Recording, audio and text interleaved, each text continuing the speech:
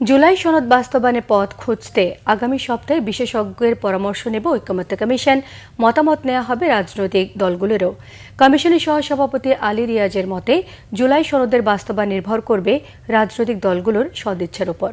সকালে জুলাই জাতীয় সনদের অগ্রগতি সম্পর্কে আয়োজিত এক সাংবাদিক সম্মেলনে এসব কথা জানিয়েছেন তিনি। বলেন, কমিশনের মেয়াদ বাড়ানো হবে কিনা সে সিদ্ধান্ত সরকারের। রিপোর্ট করছেন নাবিল জাহাঙ্গীর।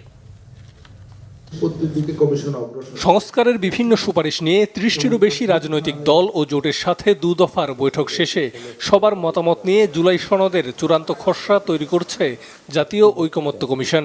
এই বিষয়গুলো নিষ্পত্তি করেই আমরা এই পর্বের সমাপ্তি টানব। শুক্রবার সকালে সংসদ ভবনের এলডি হলে জাতীয় সনদের বাস্তবায়ন, অগ্রগতি ও নানা বিষয়ে সাংবাদিকদের অবহিত করতে সংবাদ সম্মেলন আয়োজন করে ঐকমত্য কমিশন। জানায়, ২ দফার আলোচনায় একমত হওয়া বেশ কিছু সিদ্ধান্ত বাস্তবায়নের পথে রয়েছে।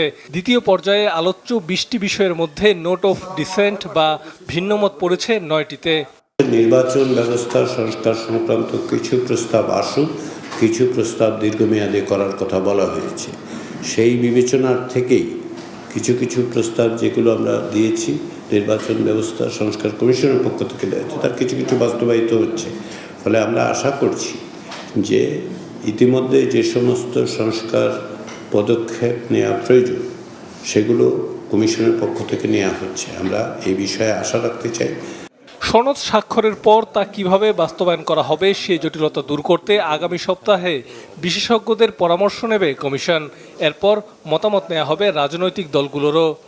ঐকমত্যের ভিত্তিতে রচিত এবং প্রত্যাশিত স্বাক্ষরিত সনদের বাধ্যবাধকতা নিশ্চিত করা এবং বাস্তবায়নের পদ্ধতি কি হবে তা রাজনৈতিক দলগুলোর সঙ্গে আলাপ আলোচনার মাধ্যমে নির্ধারণ করা দরকার।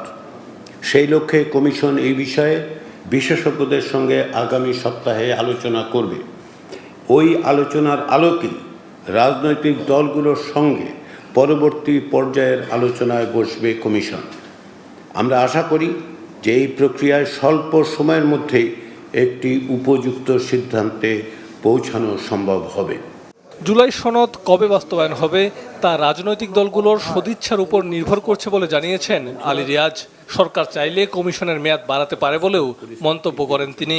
সরকারের পক্ষ থেকে যদি মনে হয় যে এই কমিশনের মেয়াদ বাড়ানোর প্রয়োজন, আশা করি সরকার সেটা বিবেচনা করে দেখবেন। নাবিল জাহাঙ্গীর, বাংলা ভিশন, ঢাকা।